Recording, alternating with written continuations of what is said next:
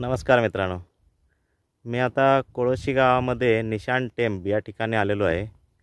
नांदगाववरून कोळोशी हे गाव 5 किलोमीटर आणि तिथल्या बाजारपेठेपासून साधारण 5 किलोमीटर अंतरावर हा डोंगर आहे. डोंगराचा टॉप सडा म्हणतो आपण, तिथे आलेलो आहोत. आणि या जागेचं भौगोलिक महत्त्व तुमच्या आता लक्षात येईल की इथून मिडबावचा समुद्र आपल्याला दिसतोच, परंतु सह्याद्रीच्या रांगेमध्ये जी गावं आहेत, फोंडा वगैरे, तो भागसुद्धा इथून दिसतो.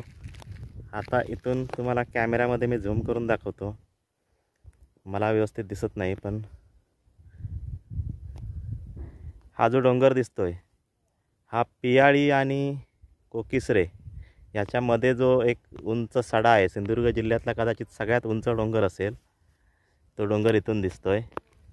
आणि आजूबाजूचा 25-30 किलोमीटरचा जो परिसर आहे सगळ्या बाजूने, तो इथून नजरेत भरतोय. आणि ऐतिहासिक काळामध्ये जे काही टेहाळणी केली जायची त्यासाठी या जागेचा उपयोग होत होता. आणि दुसरा मुद्दा म्हणजे इथूनच 500 मीटर अंतरावर एक गुंफा आहे, नाथांची गुंफा म्हणतात. आणि एक नारायण आश्रम नावाची एक NGO होती, त्यांनी त्या संदर्भामध्ये थोडीशी जागृती केलेली होती. तर ती गुंफा बघण्यासाठी आपण जाणार आहोत.